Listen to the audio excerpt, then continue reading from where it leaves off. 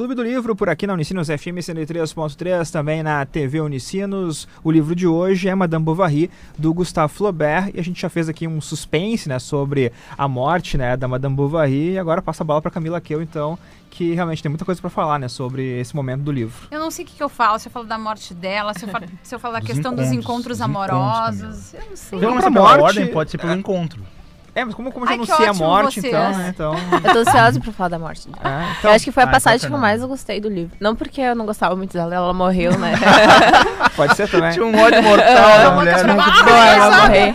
Não, e é uma parte assim que tu pensa, ela se envenenou, vai acabar logo, assim, mas não. É uma passagem, tipo, que demora ali. Eu acho que essa parte aí é uma parte... Poxa... super interessante também pra trajetória dela, porque é uma morte muito dolorosa, né? Ela fica agonizando. Uhum. E fica lembrando de tudo. Porque que acontece? Como ela não tem jeito, ela não consegue o dinheiro pra poder dar um jeito nas dívidas, ela vai até a casa do farmacêutico, pede para o menino, que é um rapazote empregado do farmacêutico, abrir a sala onde fica uma espécie de laboratório, onde ficam os medicamentos. E, como numa passagem bem anterior, ela ficou sabendo onde ficava o arsênico que era naquela sala, ela já foi direto para lá. E quando ela chegou lá, ela já pegou o vidro de arsênico, já colocou na mão e já começou a comer o veneno, e o rapaz ficou apavorado. Ela disse, tu não fala nada, porque se falar alguma coisa, o seu patrão pode ser responsabilizado. E aí ela vai pra casa, escreve uma carta e diz pro marido dela, tu só abre isso aqui amanhã. E aí, só que ela acha o quê? Uma morte por envenenamento. Ela acha que vai dormir e vai morrer, né? Ela achou que morte por envenenamento era o quê? Era bolinho? Não, né? Ela achou que ia dormir e tava pronto. Não, ela começou... Porque nos romances é assim, né? Ela começou a sofrer muito, agonizar, dores atrozes, e o Charles ali na beira da cama, apavorado com aquilo. E era muito horrível, ela tinha cólicas, ela tinha vômitos, ela ficava muito mal, muita dor, ela gritava de dor, e ele atônito ali, foram chamar ajuda, outros médicos das outras cidades vieram. Acho que eu imagino assim, boa parte do vilarejo dentro do quarto deles, né? E aquele horror, foi um momento horrível, assim, rolou então a extrema-unção, o padre veio ali, deu extrema-unção pra ela. Eu acho bem interessante essa parte também, trazem a Bertê pra ela, né? Dá um beijo nela.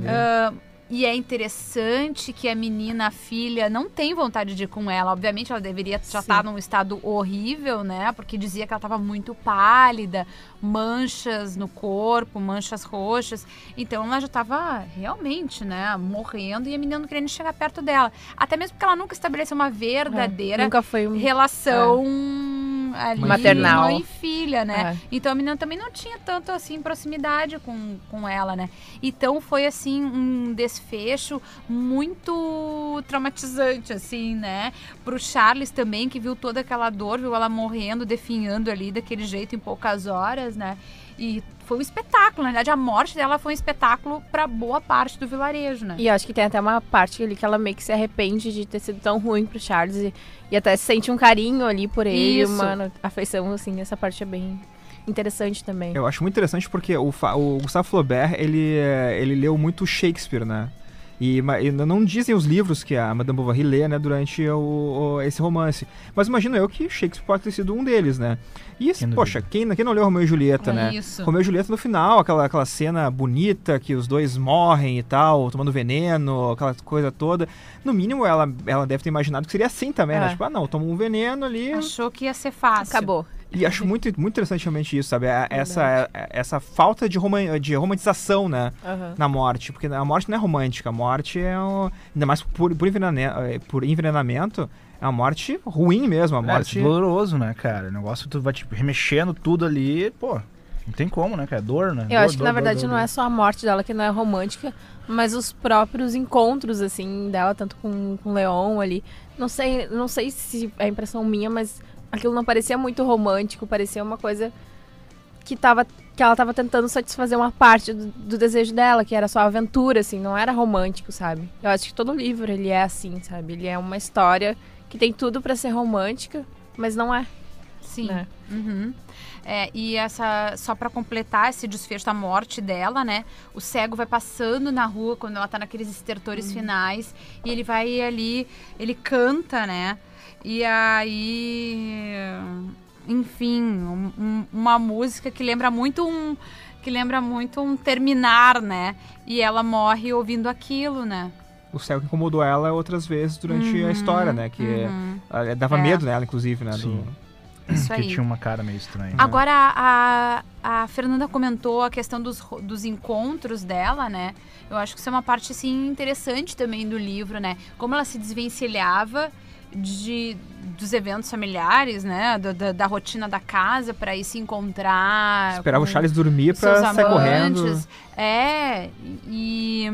Mas é interessante ver que ela chega a se refrear por um momento, né? Quando ela conhece o Leon, por exemplo, ele parece ser um jeito bacana e tal, os dois conversam bem, tem um bom papo, só que ela começa a ter aquela assim, não, mas eu sou uma boa mulher, eu sou uma boa esposa, eu tenho que aparentar isso, inclusive, pra ele, né? Então, e ele acaba, bom, não vai rolar nada, vou pra Paris, né? Ela faz um jogo duro. A diferença, na verdade, ele também é que não tinha, o Leon também não tinha tanta certeza daquilo, né? Será que vai? Tá, ele mudou, foi diferente. O Leon né? era inexperiente. Acho que essa é a diferença. Sabe por que não rolou com o Leon na primeira? Porque ele era inexperiente. Já o Rodolphe, várias amantes tinha já. várias amantes, Não, uma atriz mesmo, que era amante dele, ele era um cara muito vivido, ele era um cara boêmio, né? Então ele teve a manha, então jogou nela aquele papinho, ela caiu na lábia e rolou. E por que rolou depois com o Leon? Porque tá escrito no livro. Pode ser. Porque tá escrito no livro. É uma boa resposta de porque parece que não leu o livro. Mas por quê? Porque aí ele já tem uma vivência, ele já tem um pouco da manha da vida, entendeu? Já teve relacionamentos, então ele também já teve mais atitude para chegar junto. E ele mesmo cita isso, né? Não, agora já tem a manha, vou lá falar com ela. Tanto que depois, o momento do encontro é dentro de uma diligência, sei lá, o que era, o que ele chama uns cavalos lá e tal. Mas isso é uma parte muito interessante. Como escrever que está acontecendo uma relação, né? Sexual. Sem deixar uma palavra transparecer isso. Na verdade, todas são assim, porque ele não descreve nenhuma, né? Tu sabe que tá acontecendo aquilo ali sem ter nada claramente dito, literalmente. E mesmo que não tenha nada literalmente dito, o Madame Bovary, na época que foi lançado, ele foi tido como uma obra imoral. Inclusive o Gustave Flaubert foi indiciado, foi processado. Depois ele acabou até sendo... absolvido e tal. Porque ele disse, Madame Bovary sou eu, ele falava. Porque achava que a Madame Bovary era um personagem muito à frente do seu tempo, Só né? pra contextualizar pra quem não leu o livro ainda, mas vai ler, num dos encontros que ela tem com o Leon, eles se encontram aonde? Era uma igreja? Era uma igreja. Numa igreja, né? E ela fica o tempo todo, ele pensa, agora vai. Só que ela chega lá com uma carta pra dizer que eles não podem mais se encontrar. Só que ele insiste e tenta se desvencilhar de um cara que quer mostrar a igreja, quer mostrar os pontos turísticos, sei lá, dentro da igreja. E nessa coisa toda, o Leon tá querendo se desvencilhar desse cara, mas não, passe aqui para ver tal obra. E ela, ok, quero ver, bem tonta. E o Leon... muito viva, né? E o Leon, meu Deus, como é que eu vou fazer isso? E vai tirando ela do lugar e vai pra fora. E aí o primeiro carro que aparece, tipo, uma charrete, só que fechadinha, deve ter um nome específico aqui dentro, que agora... É uma diligência, não me vem o nome. E o primeiro que vem, ele coloca a Madame Bovary dentro daquele carro ali, ele entra, tudo fechado, as janelas fechadas, e o cara que é o cocheiro, sei lá, o cara que tá dirigindo ali, o taxista, qualquer lugar. Qualquer lugar, dirige aí pra frente. Toca aí. Tá, mas e agora pra gente vai... Continua. Mas o que será que... Ele pergunta, mas por que será que tá acontecendo lá dentro, né? Parece que estão meio sem rumo. E agora, senhor? Pra tal lugar. Vai, segue adiante. E assim eles foram por longos minutos, quiçá hora, né? Até que saíram de lá de dentro. Isso andando a velocidade absurda, nem o cavalo aguentava mais. Sim, eu me lembro o final dessa cena, né? é uma mão saindo de dentro da cortininha Isso. com papéis rasgados. Uhum. Que Exatamente. descreve bem o que aconteceu ali. É. Exatamente. E aí, ela sai de véu, assim, na frente do Com um rosto, sorrisinho. com um sorrisinho. Pra finalizar aqui E é isso. o nosso papo só, eu acho importante falar um pouco do Charles depois da morte da Madame Bovary, porque parece que depois que ela morre, ele meio que se embrenha num amor, sabe, irrevogável por ela, porque ele não era tanto de arrobos românticos com ela viva, mas depois que ela morre, parece que ele endeusa ela de uma forma tal. Se veste como ela queria que ele se vestisse antes, né? Briga com a mãe até dele, Isso, né? briga com a mãe. E o que mais me impressionou o Ricardo, tenho certeza também, pelo que a gente já tinha conversado, né, Ricardo?